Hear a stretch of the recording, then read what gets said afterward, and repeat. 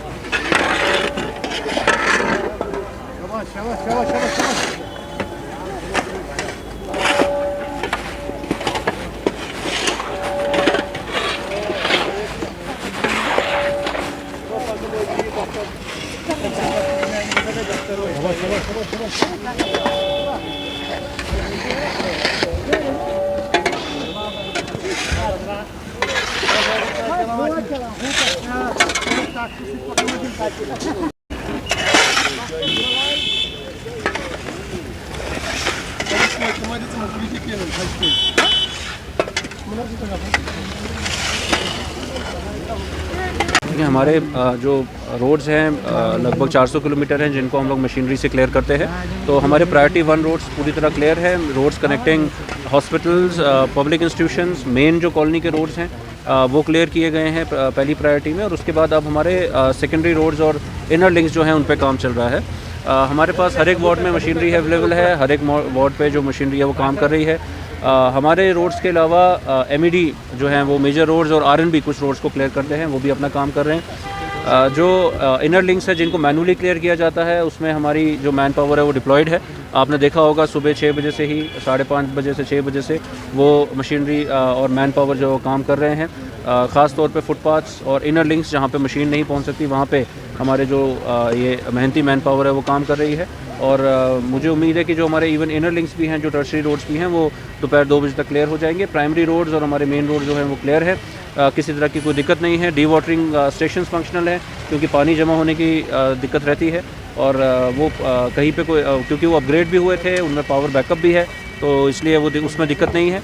और जो D watering pumps हैं वो भी हमारे स्टेशन है अलग अलग जगहों पे, जो मोबाइल पंप्स है। और हमारे पास इमरजेंसी के लिए भी पंप्स अवेलेबल हैं जिनको हम कहीं पे डिप्लॉय कर सकते हैं अगर वाटर इनंडेशन ज़्यादा होता है।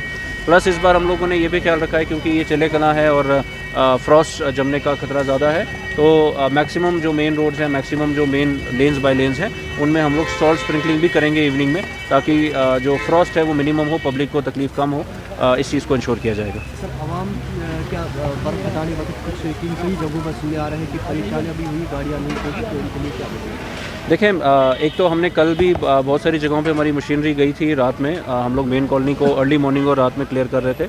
वहाँ पे ये दिक्कत आई कि जो व्हीकल्स वगैरह पार्क थी कॉलोनीज़ की, उनको एक गुजारिश है आवाम को कि वो डेजिग्नेटेड स्पॉट पे पार्क करें, क्योंकि हमारी फिर गाड़ियाँ आगे नहीं जा पाती हैं और मैनुअल क्लियरेंस उन बड़ी रोड्स में पॉसिबल नहीं है और उसमें देर लगती है। बाकी उसके अलावा हमारे जैसा मैंने आपको बताया कि प्रायोरिटी वाइज डिस्ट्रीब्यूटेड होती है रोड्स और प्रायोरिटी वाइज हम इनको क्लियर करते हैं।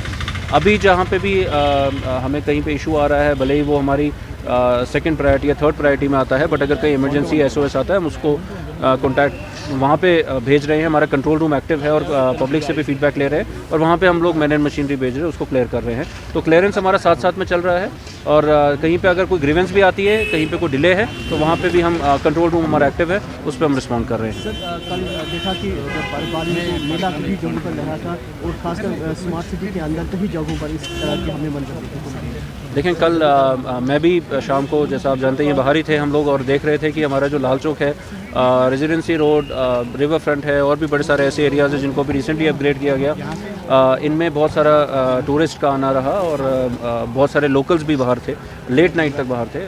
उससे एक तो मोबिलिटी का भी पता चलता है कि स्नो क्लियरेंस भी थी, प्लस साथ साथ में बिजली जो थी, जो स्ट्रीट लाइट्स थे शाम के समय में, वो बहुत ही अच्छा नज़ारा था। स्नोफॉल के साथ साथ जो हमारे स्मार्ट सिटी के प्रोजेक्ट्स हैं वो खिल के सामने आ रहे थे, तो बहुत ही अच्छा रहा। पब्लिक ने भी एंजॉय किया है, टूरिस्ट भी बहुत अच्छे से इसको एंजॉय कर रहे थे, और मुझे उम्मीद है कि एज़ रिस्पॉन्सिबल सिटीजन्स हम अपनी जिम्मेवारियों को भी निभाते हुए अलॉन्ग विद एडमिनिस्ट्रेशन जो बाकी इशूज़ हैं उसको भी क्लियर करेंगे।